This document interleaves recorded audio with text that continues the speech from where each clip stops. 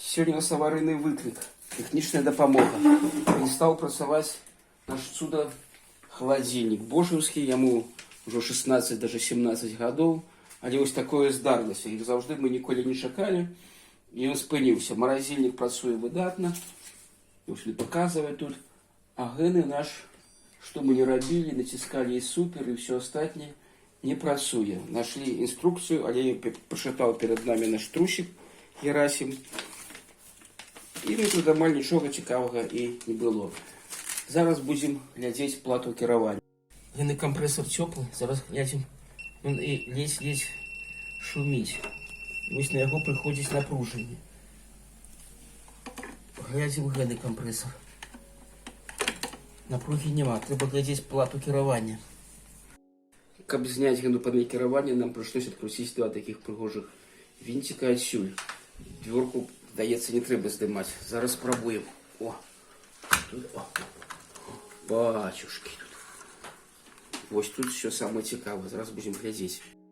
Вось наша плата кіравання.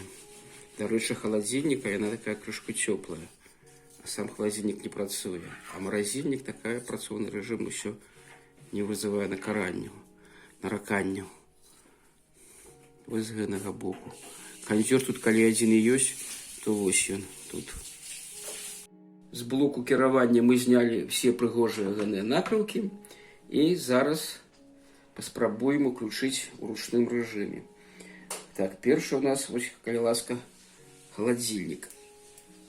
Уключылі, чакаем.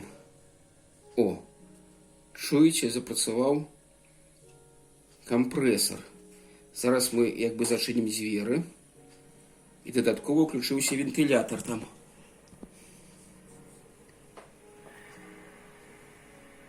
Пачаў фрэон там сунуцца недзе. Магчыма, і запрацуе, бо раней зусім не працавала нічога гэтага, ні вентылятора, ні кампрэсара.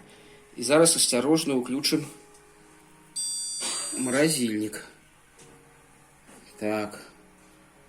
Гэта тэмпературы тыя, якія мы паставілі значэнне, пры якіх павінен працаваць. А такой рэальнай тэмпературы ён не паказвае. Ну, пачакаем хвілін 20, паглядзім, што будзе рабіцца у халадзільніку.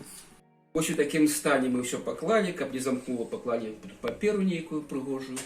І будзем чакаць хвілін 15, паглядзім, будзе ці не будзе марозіць маразільнік. Адчынілі дверцы, у камеры тут аж нейкая морось такая адчуваецца. Сабраўся лёд. І тут таксама халодны. На ўсім вся плошча холодная, і ў самой камеры холодна. Усё працуе. Прайшло 10 хвілін, у сам халадзільнік мы не заглядывалі туды, але што мы тут заўважаем? Стаў цёплы кампрэсар. Кампрэсар, ён забірае у нас складаагент з іспарыцеля, з халадзільнай камеры. Забірае і цісне яго наверх, вось туды. Затым ён ідзе ў кандэнсатар, і кандэнсатар стаў цёплы. Такі градусаў пад 50. Гэта у нас тое цяпло, якое ён аддае з самой камеры. Тут ён яшчэ больш такі газаабразны, потым становіцца больш цякучым, потым жидкім, і пайшоў уніз. Тут вось такое спецыяльнае злучэнне з капілярам.